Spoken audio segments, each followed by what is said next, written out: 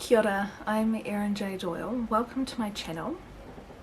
Today is the Monday following the second weekend of Camp NaNo and should be the day that I spend my evening after I get home from work editing and tidying up the footage from the weekend ready for upload. The weekend footage having been an attempt at vlogging as I did a whole bunch of editing as per my Camp NaNo goal of spending an hour editing every day, but also with the awareness that there's going to have to be some additional effort over the weekends to compensate for the whole full-time job plus not actually doing it every day thing.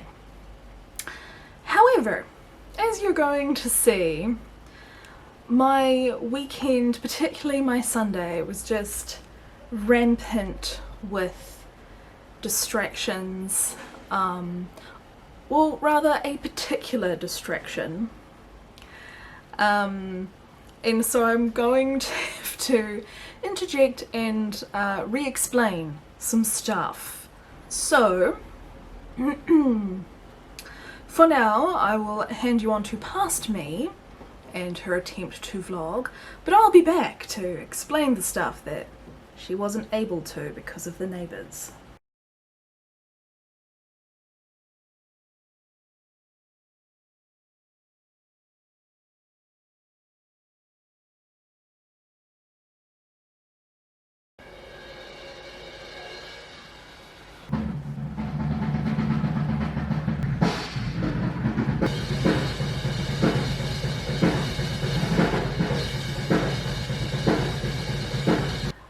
What I'm currently working on is tidying up all the references to my character's body size. So she is a larger bodied woman, and I'm finding that every time I've submitted sections of my work onto online critiquing sites where critique partners might only get to see, you know, a couple of pages of your story with no context, if that couple of pages has any reference to her being larger bodied, 100% guarantee the comments will highlight the sentence that tells them that she's large-bodied, and they'll say, why is she doing the Camino? If the section doesn't say she's large-bodied, they don't ask. I think what happens is there's this story expectation that a woman going on a journey, she starts out large-bodied, isn't going to be large-bodied at the end of it. So something that I'm currently trying to do is to make sure that I haven't said anything anywhere that in any way suggests she might lose so much as a gram.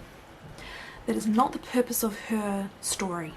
So I'm trying to go through at the moment and find anything that suggests the purpose of her story is weight loss. I'm just going to interject here with an explanation of something which I did talk about yesterday, but the drumming outside got too excessive and I wasn't able to finish what I was saying. So what I said yesterday was that one thing I'm trying to do with my editing is to cut down chapters 2 and 3. They are significantly longer than the other chapters, and I think it can be done. I think they can be condensed. One of the things in particular that I'm trying to condense is the interactions that the protagonist has with a minor antagonist. The antagonistic character that appears in the beginning of the story is just an annoying person. They aren't necessarily a dangerous person and they don't wish the main character harm, but they are nonetheless a very disruptive and unpleasant presence in the main character's life. And having the antagonist being pushed around and pushed around and pushed around for days on end before snapping was meant to show that this was a character who was struggling to stand up for herself. The internal struggle that the character was having during this was, you know, her internal voice was very like, hey, you know, leave me alone, you suck, fuck you, kind of thing. But then on the outside she'd just be like, okay. And then towards the end of the book she was going to have an encounter with an antagonist who was more dangerous than annoying. and then she was going to have to deal with that, sort of having had the practice with this initial annoying antagonist. Why am I doing this like it's a potion? So that's what I had been planning to do with this very, very annoying character. It also gave me a lot of opportunities to describe the environment and having amazing and special experiences of those first few days on the Camino being poisoned by this annoying character, building up the pressure inside the main character before she snaps. All of that seemed good, but it's a lot of words.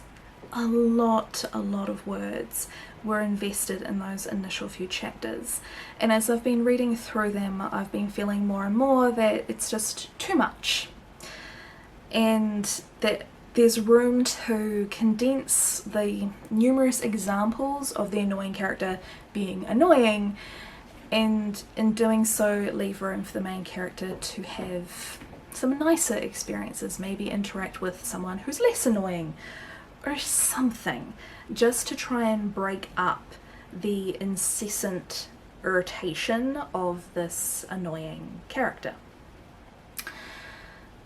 This seems very straightforward, but it's hard to choose. Like, you know, which example do I take away?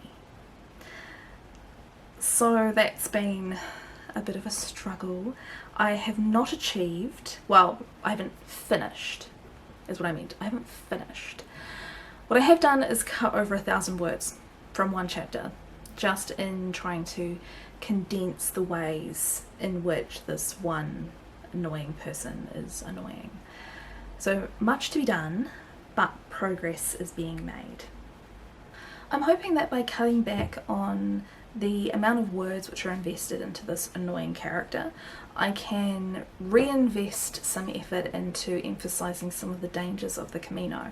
Not because I want to like chase people away from doing the Camino, but because my vision for the story has always been to be really honest about how hard it is, and I think acknowledging the dangers is part of that. I also think that there is something which has happened on the Camino in the story which the characters discuss, but they never really seem to have much of an emotional reaction to, and I think that can be improved a little bit.